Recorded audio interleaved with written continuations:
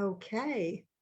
Hello there, Carol Dockum here with Beautiful Faces Going Places Women's Success Network. And I am so excited. We are continuing with our Business Spotlight series, and we have a very special guest today, Val Hearon Jones. She is a speaker, author, peak performance coach, specializing in leadership and team building. Val's background and experience as an elite athlete training for the Olympics gives her the unique ability to show anyone how to achieve excellence. Her journey as a professional athlete has helped her cultivate a mindset of resilience, perseverance, and positive focus, all of which she pours into her coaching programs and her clients. Her expertise is working with executives, leadership and sales teams, entrepreneurs, and others who desire to be high performing. She customizes her strategies that allow her teams to increase their productivity, increase their performance, and increase their profit and revenues. Her strategies have worked for hundreds of clients and entrepreneurs, and she narrows in on mindset and habits that allow peak performance to shine through.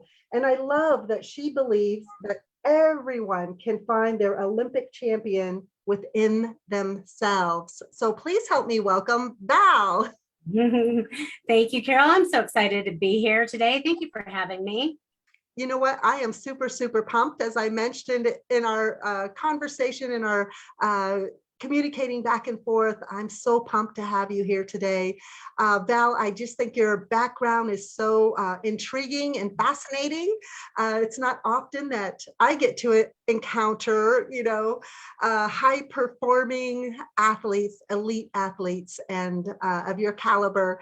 And so I think your background is fascinating. And I just want to say the first time I heard the term a peak performance coach, in my mind, I thought, now, what does that mean?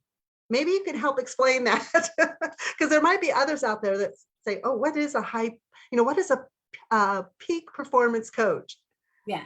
So when people hear that I was a former athlete and then they hear the words peak performance, they automatically think that I just work with athletes. And that's not at all true.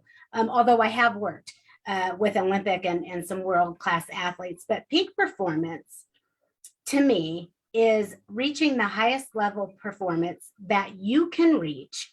And the key word is under pressure, performing under pressure. Because you know what, Carol, when I was skating, it didn't matter what I did in the warm-up. It didn't matter what I did when I got back home on my home ice. It only mattered during the 4.5 minutes that I was on my ice. And that theory applies to anybody. That could be a CEO. It could be an entrepreneur making, $1 million deal. It could be a mom with 4 kids who has 4 kids and they have practice at 4 different fields all at the same time. How is she going to do that? That woman, she's a peak performer. So it's just performing at the highest peak that you can in your life. I love that. You made it pretty clear. And I can only imagine that everyone at some point in time in their life, right? Whether they're an executive, an athlete, as you said, a stay-at-home mom, managing a household and kids and schedules, and an entrepreneur. So it really resonates with each and every one of us. At some point in our lives, we're under that pressure, under the gun, right? And it's a matter of, how do we get through it, right? At top performance to the best of our abilities. Exactly. That's exactly it. And we've seen people, self-included, where the pressure gets too much and you crumble underneath the pressure. And that's just, it's a learning moment. But how do you not crumble under the pressure? That's where the magic is. I would love for you to share with us your background, how you became a peak performance coach and your journey to getting there. And then after you share that, I'd love to hear some tips as well that can, help others under pressure. Well, I am a former professional figure skater. I started skating when I was 5, and months later, watched Dorothy Hamill in the Olympics, and that kind of sealed sealed the deal for me. And now I give away how old I am, but that's okay. I was so serious about my Olympic dream that when I was 11, I moved away from home so that I could train with world-class coaches. And so my mom and I did that. We moved about 2 hours to the Bay Area. I grew up in Sacramento, and we would go home on the weekends. My story is somewhat tragic in a sense.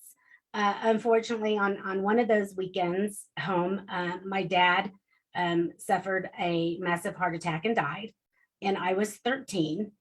And I almost quit skating at that point, but then I realized that's not what he would have wanted. So I returned to the ice with a renewed passion and purpose, skating for my dad, who was absolutely my biggest cheerleader.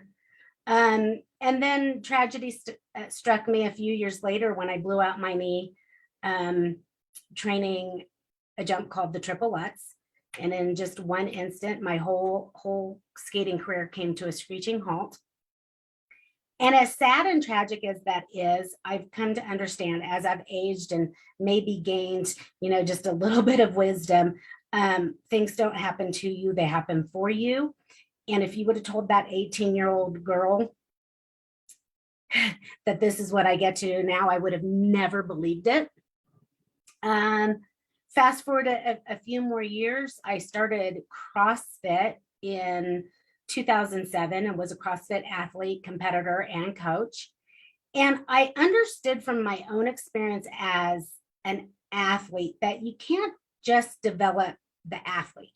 You have to develop the human first. Everybody wants the sexy skills and everything, but underneath that, you wouldn't build a house and put on the roof if you didn't have a foundation. So I really spent a lot of time in building my athletes as humans. And one of my athletes jokingly one day goes, "Hey, Val, you should be a motivational speaker." I'm like, haha, that's funny. But then a few weeks after that, another athlete was like, "Hey, I really liked what you said the other day in class. Would you come give that to my leadership group on our, Monday morning managers meetup?" And I was like, "Yeah, sure." And everything fell after that. As much as I am an athlete, I really identify as a coach. I love that moment when that person achieves the thing that they swore to me that they wouldn't ever do, couldn't ever do, shouldn't ever do. That is deeply my proudest, my most joy.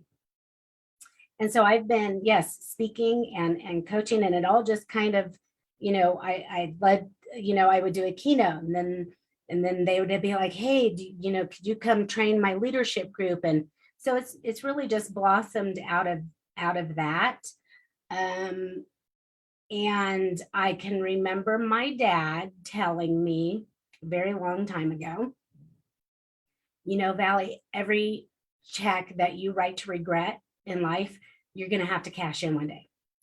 And it's going to hurt like hell. So live your life in a manner in which you write as few checks as you possibly can." And so that's kind of my mission. And that's where that whole peak performance, performing at a level that is highest for you so that you achieve, you can be, do, and have all the things that you want. So you write as few checks to regret as possible. I love that. I so admire you and love the journey that you just shared with us, because I love how you just shared how things kind of evolved, right? Yeah. Being with your own unique, I think, natural talents, right? And experiences, evolving into a peak performance coach, from, being an elite athlete, your experiences, to speaking, motivating others, as a coach. I think that's super, super cool. And what I'm seeing now in the world of entrepreneurialism is that many of us are now taking those natural skills, natural abilities, fine-tuning them to, perform, right? To deliver products, goods, and services, to perform to the best of our abilities. Yep. Well, I'd love to hear about the book that you authored, Mhm. and maybe share a couple of golden nuggets from that, from your book. Yeah, my book's name is Sharpen Your Edge, obviously a nod to my skating background. I would, it's not a how-to book, Carol. I can't say that I even intended it to be that. And I'm not a Debbie Downer. I'm not, I promise. But here's what I know to be true about life. If you have a heartbeat, chances are, unfortunately, at some point in your life, you will experience heartbreak, pain, and disappointment. Trust me when I tell you, I have experienced all of those things.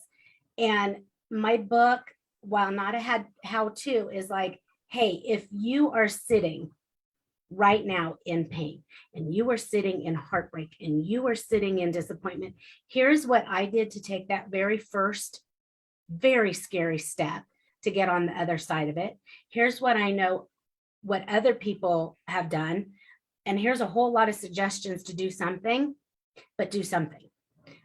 Sometimes doing nothing is an appropriate response and action, although not always. I honestly think that action is the key.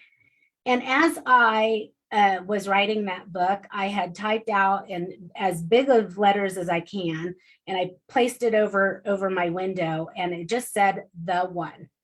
And I wrote my book for the one person sitting in pain, heartbreak, and disappointment. And I thought about her, or I thought about him, and the memories of my heartbreak, pain, and disappointment came flooding over me. And it was like, what was it that I did that enabled me to take that first step? So that's kind of what my book is about, and setting up your life to regret proof, right? To not write those checks to regret. So that's Gosh, what my book is about. Yeah. I love it. Sharpen your edge. I love that.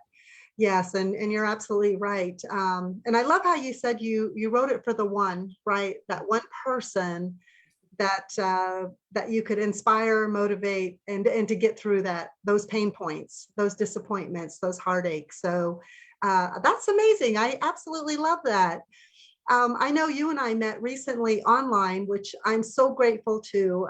I know many of you have heard me say I'm so grateful for technology, and to leverage technology to get your voice out into the world, your message, to be seen, be heard, be found. So we met online, and I think what attracted to me was you've got something new and in the works called 50's on Fire.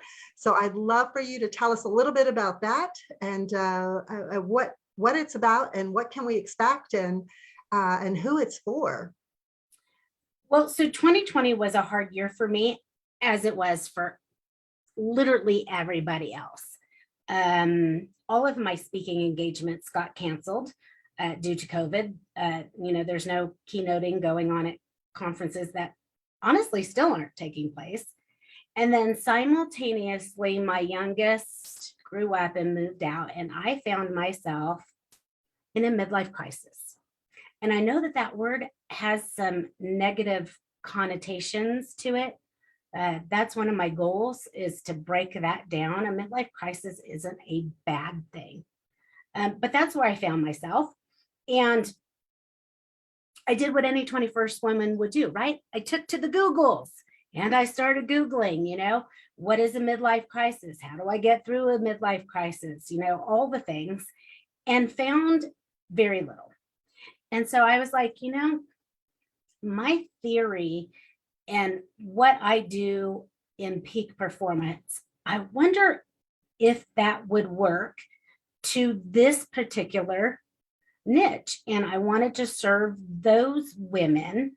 And so, yes, I've taken my peak performance coaching background, and I am applying it to now for the woman who finds herself, in that identity loss, in that, what the hell just happened, and what in God's name do I do next? Like, I was only mom, or there's a lot of variations, but mainly for that mom who has worked. Carol, I I have never worked as hard as I have as than being a mom. And like, wow, like I hate saying this, but this is the only, I have nothing to show for it. Not that my children, my grown successful children aren't nothing. It's not what I'm saying. It's that like, once your job of mom is over, like, where is my place in my family? Where is my place in society? And so I am going to take all the things that I know about coaching and peak performance and regret proofing your life, and I'm just applying it to her. And let me just say, we do have an aging baby boomer population. So Yeah. there's many of us over the age of Yeah. 50. And I think that's why, I mean, you just resonated with me. And I was like, oh my gosh, I want to learn more. And we need to get Val Jones out into the world, because there are other people, other women in business, entrepreneurs, or, you know, what's next in life that are looking for you. And so I just want to say what you're creating with 50s on Fire is in demand. And I just think it's amazing. And I know I personally can relate to, you know, being an empty nester, you know, what's next, taking a look at where I was at that point in time, which was about 4 or 5 years ago, where I said, oh my gosh, is this all that there is, right? And even at the point in time where I was serving as a Chamber of Commerce executive director, running a Chamber of Commerce and loving everything about it, but gosh, is this all there is, you know? So I totally understand that many of us get to that point in time, don't know when, where, but it does happen, where we ask ourselves, gosh, is this all there is, you know? That all there is. But to have And a support network, right? Or to have some direction or someone to yeah, talk to, or a program that you can just dive into to really help you create that what's next. that's what next. That's exactly what my program will do.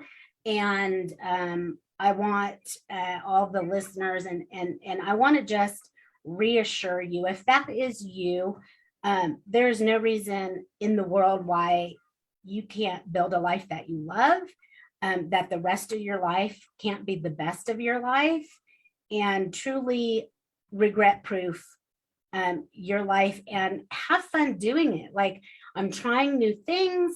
Some things I have come very naturally, some things I just really suck at, and that's okay. It's finding out who Val is instead of MOM. I mean, like, right, if you're a mom, you're always going to be a mom. I will always worry about my children and about their health and well-being, just as my mom, I'm sure, worries about me. That part never goes away. But who am I? And try to have fun with it. I love that. I really, really do. And I love that you said that, you know, you're a mom, I'm a mom, and yes, I will be a mom forever. Right. And you know, my kids, I feel like they are hugely successful in their own rights. But at that point in time, you know, around 5 years ago, in a career, my children have gone off, they've started their own careers, they're married, and, you know, just living phenomenal lives. And asking myself to, you know, what's next, and embarking on a new, you know, launching a company on a new business venture. And I just I love the support that you give for 50s on Fire. And yeah. So Val, if this conversation, this business spotlight resonates with anyone here, our audience, our viewers, where is the best place for them to connect with you? The best place is, I have a Facebook group. It's open on Facebook, called 50's on Fire. Or you can reach me if you want to dive in a little deeper and you want to send me an email. I can be reached at valjonespeaks.com. And my website, my landing page, 50's on Fire, will be live soon. It's just not there yet. Okay, awesome. Well, if there were maybe 3 tips that you could give, whether it's on peak performance or 50s on Fire, what would those 3 tips be? Wow. I just don't want to I let just you go. wanna I say, don't want to let okay, you go, Val. three things.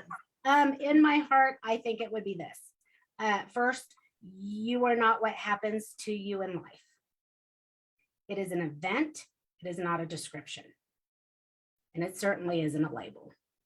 The second thing is sometimes life is going to throw big boulders at you and try to knock you down. There are two things that you get to control in life: your work ethic and your attitude. That's it. That's all you get to control. And lastly, never be out of the fight. Never. When life knocks you down, get back up and go again. And that has been the biggest key to my success, is that no matter how many times I've gotten knocked down, I've gotten up and I've gone again. And sometimes it didn't look pretty, and that's okay. I still did it. So those would be my three tips and tricks. I love it. Thank you so much, Val. This has just been a sheer pleasure. You know how to connect with Val. I just want to say thank you so much for your time, for sharing your brilliance, your inspiration, and everyone have a great day. And thank you so much, Val. Thank you for having me, Carol. Have a blessed day. Thank you so much.